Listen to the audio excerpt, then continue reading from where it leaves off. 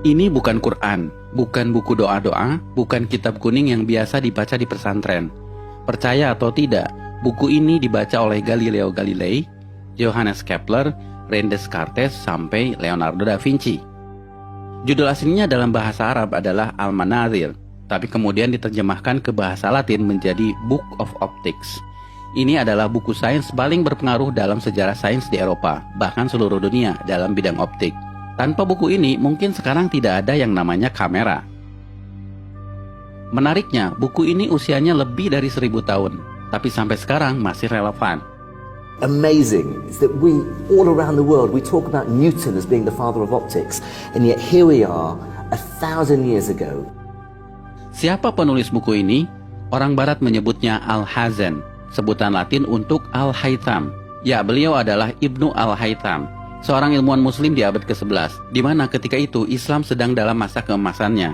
Orang Barat menyebutnya the Islamic Golden Age. Allow me to introduce Ibn al-Haytham, a great scientist whose ideas led to the invention of the camera. You invented the camera? Mungkin bagi kalian, Ibnu Al-Haytham bukan siapa-siapa. Bahkan banyak muslim yang tidak kenal beliau. Tapi di Eropa, beliau sangat terkenal, disejajarkan dengan Galileo dan Newton, karena beliau adalah peletak dasar ilmu tentang cahaya. Sehingga Ibnu Al-Haytham disebut sebagai The Fathers of Optics. Karena itu pada tahun 2015, UNESCO pernah mengadakan perayaan The International Year of Light untuk mengenang 1000 tahun karya Al-Haytham. I am pleased to partner with the international organization 1001 Inventions to launch the World of Ibn al-Haytham Global Campaign to promote light science for the benefit of all. A groundbreaking scientist from 1,000 years ago, the life and work of Ibn al-Haytham have never been as relevant as they are today. Salah satu temuan Ibnu Al-Haytham yang paling merevolusi pandangan sains dunia ketika itu adalah bagaimana beliau menjelaskan cara mata kita bekerja. Sebelum adanya beliau, para ilmuwan Yunani seperti Plato dan Euclid percaya bahwa mata mengeluarkan semacam sinar ke arah objek untuk bisa melihat. Hal itu kemudian dibantah oleh Ibnu Al-Haytham. Justru matalah yang menangkap patulan cahaya sehingga kita bisa melihat. Bahkan beliaulah yang memetakan bagian-bagian mata yang berfungsi mengatur masuknya cahaya, seperti iris, pupil, kornea, dan retina.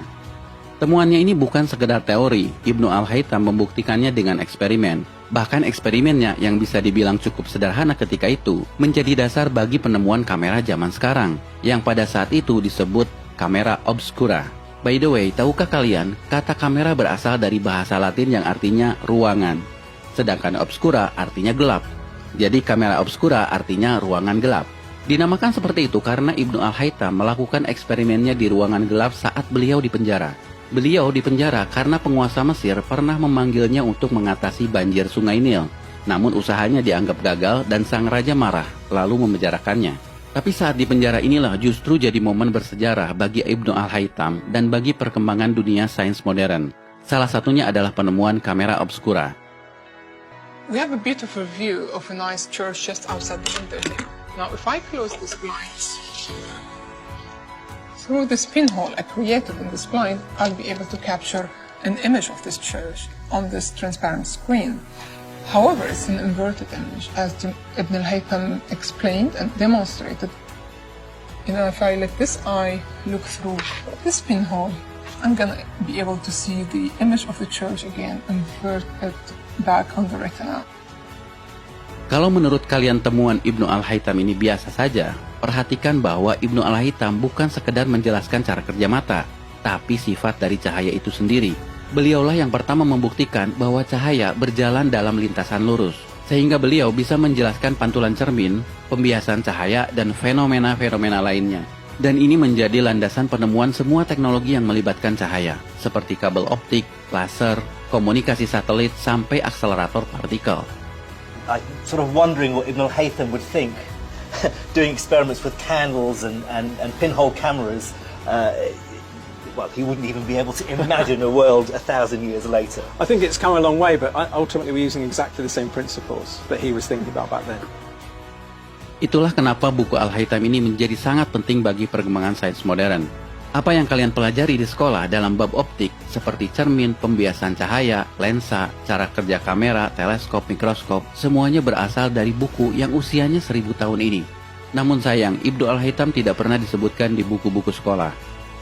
For me, what's so amazing is that we, all around the world, we talk about Newton as being the father of optics, and yet here we are, 1,000 years ago, 700 years before Newton, and here's a ray diagram. There's a convex lens, and there's a focal point, and there's all the ray lines and parallel lines and the angles of refraction. Here it is, 1,000 years ago. Dan kalian perlu tahu, buku yang beliau tulis tentang sains bukan hanya ini, tapi Ibnu Al-Haytham menulis lebih dari 200 buku. Dan bukan hanya tentang optik, tapi juga matematika, astronomi, dan engineering. Sayang, sebagian besar bukunya hilang. Ini adalah daftar buku-buku beliau yang terselamatkan. Sekali lagi, nama Ibnu Al-Haytham mungkin bagi kalian tidak populer, tidak sepopuler Newton atau Einstein. Tapi asal kalian tahu, nama Ibnu Al-Haytham atau Al-Hazan begitu pentingnya sampai nama beliau dijadikan nama salah satu kawah di bulan. Dan beliau juga diabadikan dalam mata uang Irak, 10.000 dinar. Dan ini adalah film yang diputar di perayaan di International Year of Light, kerjasama UNESCO dan 1001 Invention. Sebuah film yang mencoba menggugah kesadaran kita bahwa ada peran peradaban Islam dalam sains modern. I found a way of projecting an image onto another surface through a small hole in a dark room, later called camera obscura. Abbas ibn Farnas. He dared to dream about flying 1,000 years before the Wright brothers. Nah guys, dalam momen Ramadan ini, mari kita merenung. Jika kalian seorang muslim, tidak melulu harus pandai dalam urusan agama. Ibnu Al-Haytham adalah contoh bahwa seorang muslim juga bisa berperan dalam kemajuan peradaban dunia dalam ilmu pengetahuan. Karyanya melampaui batas agama, batas negara, bahkan batas waktu. His book changed everything, and he's regarded by many as being the father of modern optics. In fact, I'd go further than that and say he was the greatest physicist in the 2,000-year span between Archimedes and Isaac Newton.